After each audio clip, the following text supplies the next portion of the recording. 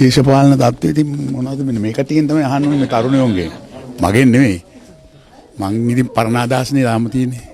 சட்டக்கல்வியை பெறுவதற்காகவும் சட்டத்துறையிலே பட்டம் பெறுவதற்காகவும் நாமல் ராஜபக்ச செய்த பல தில்லாலங்கடி வேலைகள் எல்லாம் இப்போது வெளியே வந்திருக்கின்றது. நாமல் ராஜபக்சவனுடைய உண்மை முகமும் ஏமாற்றி அதுவும் போலியான முறையிலே அவர் சட்டக்கல்வியை நிறைவு செய்திருக்கின்றார் என்ற விடயத்தையும் இன்றைய தினம் பாராளுமன்ற அமர்விலே நழிந்த ஜேதிச அமைச்சரவை பேச்சாளர் போட்டு உடைத்திருக்கின்றார்.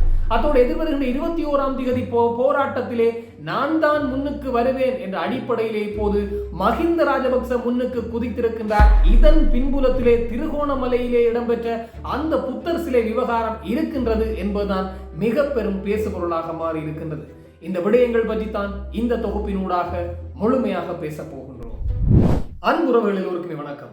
இன்றைய தினம் பாராளுமன்ற அமர்வின் போது நழிந்த ஜேதிஸ் அவர்கள் ஒரு மிக முக்கியமான உண்மை ஒன்றை போட்டுடைத்திருக்கின்றார். அதிலே நாமல் ராஜபக்ச மீண்டும் ஒரு முறை அவருடைய சட்டமானி பட்டமானது, அவர் பெற்றுக்கொண்ட சட்டத்துறை பட்டமானது மிக பெரும் கேள்விக்குறியாக மாறி இருக்கின்றது. குறிப்பாக 2009ஆம் ஆண்டு கால பகுதியிலே 9ஆம் மாதம் அளவிலே தான் இவர் இந்த சட்டத்துறை பட்டத்தை நிறைவு செய்திருக்கின்றார் இந்த நாமல் ராஜபக்ச. ஆனால் இது பல மோசடிகளின் பின்னர், பல ஏமாற்று வேலைகளின் பின்னர் தான் இந்த சட்டத்தை பூர்த்தி செய்த, அதாவது சட்டத்துறை பட்டத்தை இவர் பூர்த்தி செய்திருக்கின்றார் என்ற விடயம் வெளிவந்திருக்கின்றது. குறிப்பாக நழிந்த ஜேதிச குறிப்பிடுகின்ற போது கண்ணங்கர என்று சொல்லப்படுகின்ற ஒரு புலனாய்வு ஊடகவியலாளர் இந்த உண்மைகள் அத்தனையும் திரட்டி இப்போது வெளிக்கொண்டு வந்திருக்கின்றார்.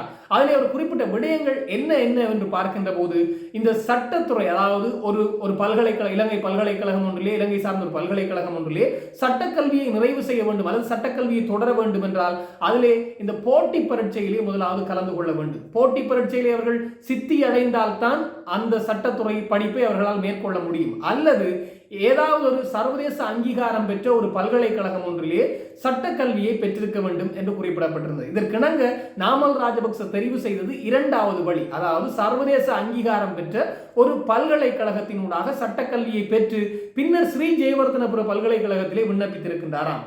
அவர் ஸ்ரீ ஜெயவர்தனபுர பல்கலைக்கழகத்திலே விண்ணப்பிப்பதற்கு முன்னர் அவர் சட்டக்கல்வியை பெற்றுக்கொண்ட பல்கலைக்கழகம் தான், அது பல்கலைக்கழகம் என்று சொல்வதை விட கல்வி நிறுவனம் தான், சிட்டி ஆஃப் லண்டன் என்று சொல்லப்படுகின்ற ஒரு கல்வி நிறுவனம். எனவே அந்த கல்வி நிறுவனத்திலே தான் சட்டக்கல்வியை பெற்றுக்கொண்டதாகவும் இதிலே 2009 9ஆம் மாதம் அளவிலே தான் அங்கே சட்டக்கல்வியை நிறைவு செய்ததாக என்று சொல்லிக்கொண்டு அந்த சான்றிதழை கொண்டு வந்து ஸ்ரீ ஜெயவர்தனபுர பல்கலைக்கழகத்திலே சட்டக்கல்வியை தொடர்வதற்கு அல்லது சட்டத்துறையிலே பட்டம் பெறுவதற்கான விண்ணப்பத்தை கோரியிருக்கின்றார் இந்த நாமல் ராஜபக்ச. ஆனால் இதிலே பல உண்மைகள் வெளிவந்திருக்கின்றது. அந்த கால பகுதியிலே நாமல் ராஜபக்ச அந்த சிட்டி யூனிவர்சிட்டி ஆஃப் லண்டன் என்று சொல்லப்படுகின்ற அந்த கல்வி நிறுவனமானது 2009 10ஆம் மாதம் அளவிலே தான் இலங்கையுடைய சட்டத்துறையிலே அங்கீகாரம் பெற்றிருக்கின்றார்கள் அல்லது பதிவு செய்திருக்கின்றார்கள் என்ற உண்மை வெளிவந்திருக்கின்றது. ஆனால் அதற்கு 1 மாதங்களுக்கு முன்னரே இந்த நாமல் ராஜபக்ச அங்கிருந்து சான்றிதழோடு வந்துவிட்டார். அதோடு நாமல் ராஜபக்சனுடைய சான்றிதழ், அதாவது இந்த சிட்டி யூனிவர்சிட்டி ஆஃப் இந்த லண்டன் என்று சொல்லப்படுகின்ற அந்த கல்வி நிறுவனத்திலே தான் பட்டம் பெற்றதாகவும் அந்த பட்டத்திலே ஒரு துணைவேந்தர் கையொப்பம் இருக்க வேண்டும். எனவே அந்த துணைவேந்தர் குறிப்பாக நாமல் ராஜபக்சவுக்கு பட்டம் வழங்குவதற்கு முன்னரே 2 மாதங்களுக்கு முன்னரே அவர் அந்த பல்கலைக்கழகத்திலிருந்து அல்லது அந்த கல்வி நிறுவனத்திலிருந்து வெளியேறிவிட்டாராம். துணைவேந்தர் பதவியிலே அவர் இல்லையா. குறிப்பாக 7ஆம் மாதம் 2009ஆம் ஆண்டு 7ஆம் மாதம் அளவிலே அந்த துணைவேந்தர் வெளியேறிவிட்டார். தானாகவே அவர் முன்வந்து அதிலிருந்து விலகி இருக்கின்றார். ஆனால் 2009ஆம் ஆண்டு 9ஆம் மாதம் அளவிலே நாமல் ராஜபக்சவுக்கு அந்த துணைவேந்தர் அதிலே கையொப்பமிட்டிருக்கின்றாராம். எனவே இது ஒரு மிக பெரும் சர்ச்சையை ஏற்படுத்தி இருக்கின்றது. விலகிய துணைவேந்தர் எப்படி கையொப்பமிடலாம் என்ற ஒரு கேள்வி எழுப்பப்பட்டது மாத்திரமல்லாமல் இலங்கையினுடைய சட்டத்துறை, இலங்கையினுடைய சட்ட கல்வி தொடர்பாக அங்கீகாரத்தை அந்த பல்கலைக்கழகம், குறிப்பாக சிட்டி யூனிவர்சிட்டி ஆஃப் லண்டன் என்று சொல்லப்படுகின்ற அந்த கல்வி நிறுவனம் பெற்றுக்கொண்டது 2009ஆம் ஆண்டு 10ஆம் மாதம் அளவில். எனவே நாமல் ராஜபக்ச இதிலே ஏதோ ஒரு சுத்துமாத்து வேலை செய்திருக்கின்றார் என்ற அடிப்படையிலே இப்போது பெரும் சிக்கல்கள் வெளியாக ஆரம்பித்த போதுதான் இன்னும் ஒரு உண்மையும் நலிந்த ஜேதிச சொல்லியிருக்கின்றார். நாமல் ராஜபக்ச சட்டத்துறை சார்ந்த அந்த இறுதி தேர்விலே அவர் தோற்றுகின்ற போது அவர் எல்லோரும் தோற்றியதை போன்று தோற்றவில்லையாம். மாறாக தனி அறையில் இருந்து கொண்டு அவருக்கு என்று ஒரு பிரத்யேகமான கணனி வைக்கப்பட்டிருந்தது. அத்தோடு அவருக்கு அத்தனையும் சொல்லிக் கொடுப்பதற்கு 2 பேர் இருந்தார்கள் என்ற உண்மையும் வெளிவந்திருக்கின்றது. இந்த விடயங்கள் அத்தனையுமே அவரோடு சேர்ந்து கல்வி கற்ற ஒரு நபர் வெளிப்படுத்தி இருந்தாராம். அவரை கொல்வதற்கு முயற்சித்த போது அவர் இப்போது நாட்டை விட்டு தலைமுறைவாகிவிட்டார். வேறு நாட்டுக்கு அவர் 2015 அவர் தப்பி ஓடிவிட்டார் என்று சொல்லப்படுகின்றது. அதாவது புகலிட கோரிக்கையாளராக நாட்டை விட்டு வெளியேறி இருக்கின்றார். இந்த உண்மைகளை எல்லாம் கண்ணங்கர என்று சொல்லப்படுகின்ற புலனாய்வு ஊடகவியலாளர் ஒருவர் திரட்டி இருப்பதாக இன்றைய தினம் பாராளுமன்றத்துக்குள்ளே வைத்து நலிந்த ஜெயதிச தெரிவித்திருக்கின்றார். எனவே அவர் சொன்ன விடயம், உங்களுடைய போலி முகங்கள் வெளியே வந்திருக்கின்றது நாமல் ராஜபக்ச, உடனடியாக நீங்கள் இந்த சபையினுடைய உயரிய சபையினுடைய நன்மை கருதி நீங்கள் இந்த உண்மைகளை வெளிச்சொல்ல வேண்டும். உங்களுடைய சட்டப்பட்டம், அதாவது சட்டத்துறையிலே சட்டமானி பட்டம் என்பது போலியானது, அல்லது நீங்கள் அதை பெறுவதற்கு செய்த மோசடிகளை அம்பலப்படுத்த வேண்டும் என்ற அடிப்படையிலே நலிந்த ஜெயதிச குறிப்பிட்டிருக்கின்றார். இது ஒரு மிக பெரும், இதற்கு முன்னரும் இது தொடர்பான பிரச்சனை எழுந்திருந்தது. நாமல் ராஜபக்ச சிரித்துக் கொண்டு அதனை கடந்து சென்று விட்டார். இப்போது மீண்டும் அந்த பிரச்சனைகள் எழ ஆரம்பித்திருக்கின்றது. நலிந்த ஜெயதிச இதனை இப்போது அம்பலத்திற்கு கொண்டு வந்திருக்கின்றார்.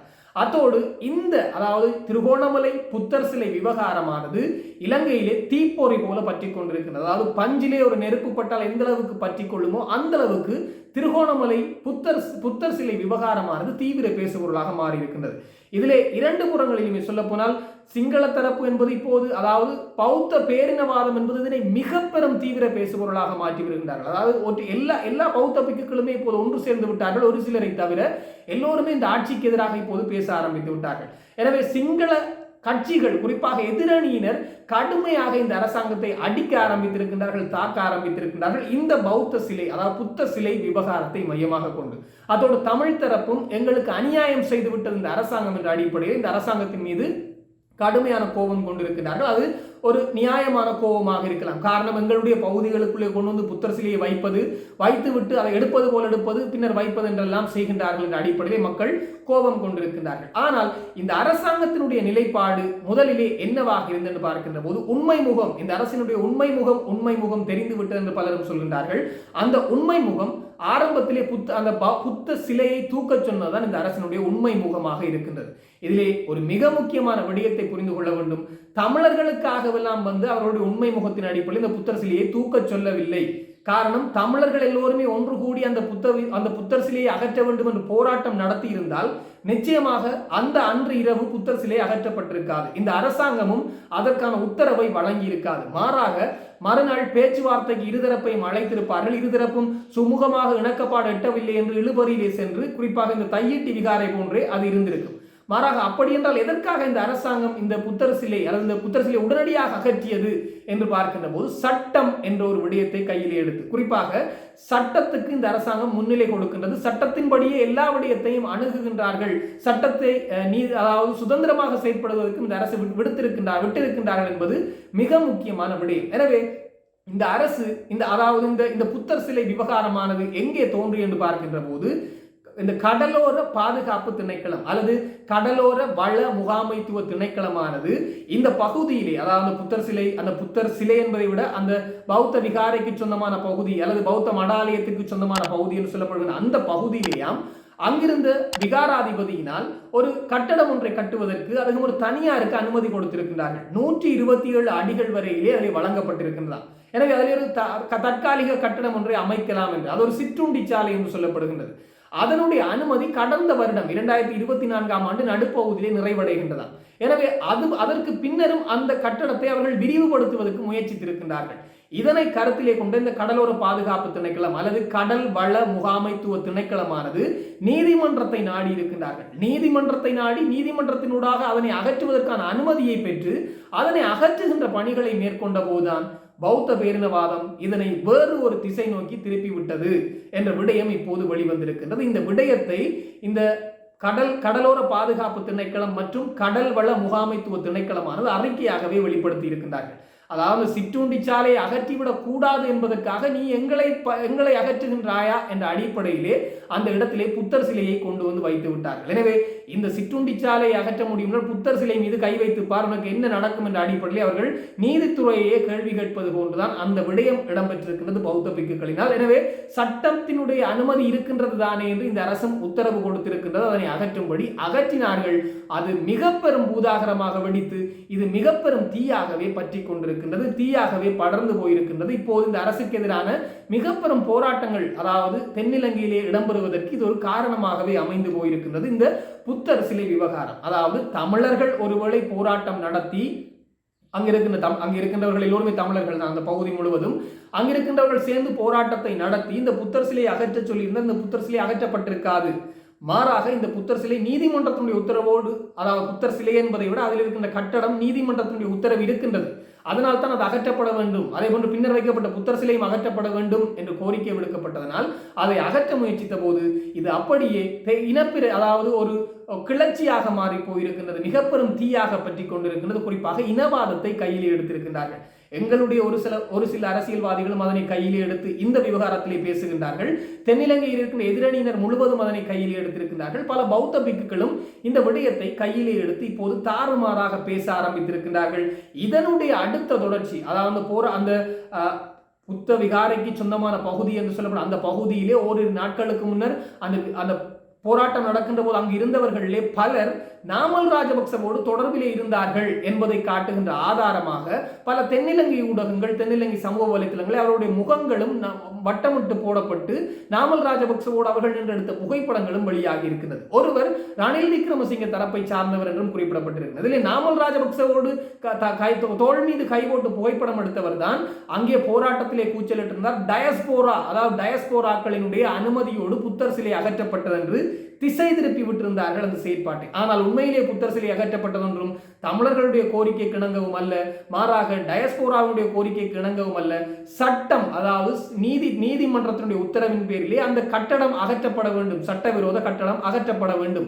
அதற்கு முயற்சி எடுத்த போது இதற்கு நீதிமன்றத்தை நாடி இருந்தது கடலோர பாதுகாப்பு திணைக்களம் அல்லது கடல் வள முகாமைத்துவ திணைக்களம். எனவே அதனூடாக அதனை அகற்றுவதற்கு முயற்சித்த போது நீயா எங்களை கை வைப்பது என்று புத்தர் சிலையை வைத்து புத்தரின் பின்னால் ஒளிந்து கொண்டார்கள் பௌத்த பிக்குகள் என்பதுதான் உண்மை. அதாவது புத்தரை காப்பாற்றுவதற்காக உயிரை கொடுப்பவர்கள் தான் உண்மையிலே ஒரு பௌத்த துறவி என்று சொல்லலாம். ஆனால் தங்களை காப்பாற்றுவதற்காக புத்தரை கொண்டு முன்னே வைத்து விட்டார்கள் என்றால் எந்த அளவுக்கு கேவலமாக இருக்கும் என்பது இவர்களுடைய செயற்பாடுகளில் தெரிகின்றது. அதில் இருக்கின்றவர்களை பார்த்தால் இவர்களெல்லாம் பௌத்தத்திற்கு பொருந்தாதவர்கள் போல் இருக்கின்றது ஒவ்வொரு பௌத்த பிக்குகளை. அதிலே நேற்றைய தினம் மஹிந்த ராஜபக்சவுடைய பிறந்த நாள் நிகழ்விலே முதல் வரிசையிலே முதலாளாவதாக இருந்திருந்தவர் தான் இந்த கலகொட அத்தே ஞானசார தேரர் மற்றும் இந்த அம்பட்டிய சுமணரத்தின தேரர். இந்த அம்பட்டிய சுமணரத்தின தேரர் ஓரிரு நாட்களுக்கு முன்னர் இந்த புத்த சிலை விவகாரத்திலே பேசியிருந்தார். மஹிந்த தான் வர வேண்டும், மஹிந்தவா என்ற அடிப்படையிலே அங்கே கோஷங்களை எல்லாம் எழுப்பியிருந்தார். மஹிந்த தான் வேண்டும் என்ற அடிப்படையில், ராஜபக்சர்கள் இனமடா நாங்கள் என்ற அடிப்படையிலே அவர் அந்த காணொலியிலே பேசிய விடயமானது இருந்தது. அதற்கு முதல் நாள் இடம்பெற்றிருந்தது. நேற்றைய தினம் 18ஆம் தேதி மஹிந்தனுடைய 80வது பிறந்த தினம். அந்த பிறந்த நாளுக்கு குழந்தைக்கு சோறூட்டுவது போன்று நாமல் ராஜபக்ச இந்த அம்பட்டிய சுமணரத்தின தேரருக்கு சாப்பாடு ஊட்டிய விடயம், அவருடைய தட்டிலே சாப்பாடு வைத்த விடயங்களை பார்க்கின்ற போது புரிந்தது அங்கே நடந்த அந்த விடயத்திற்கு இங்கே அவர்களுக்கு பிரதிபலன் ஆற்றப்படுகின்றது என்பது. எனவே இது ஒரு மிக பெரும் சதி அல்லது மிக பெரும் செயல். கட்டடத்தை அகற்றிவிடக் கூடாது என்பதற்காக புத்தர் சிலையை வைத்துக் கொண்டு புத்தர் சிலையினூடாக தமிழர்கள் மீது காழ்ப்புணர்ச்சியை காட்டி இப்போது ஒட்டுமொத்த பௌத்த பேரினவாதத்தையும் தூண்டிவிட்டு இருக்கின்றார்கள் என்பதுதான் மிக மிக முக்கியமான விடயம். எனவே இந்த 21ஆம் திகதி பேரணி இப்போது மிக பெரும் எழுச்சியாக ஒருவேளை நடைபெறலாம் என்பதுதான் பலருடைய கருத்தாக இருக்கின்றது. இதற்கு காரணம் பௌத்த பிக்குகள் ஒன்று திரளுகின்றார்கள் என்பது இதிலே இருக்கின்ற மிக முக்கியமான காரணம். அதிலும் மஹிந்த ராஜபக்ச அந்த பேரணிக்கு வரப்போகின்றாராம்.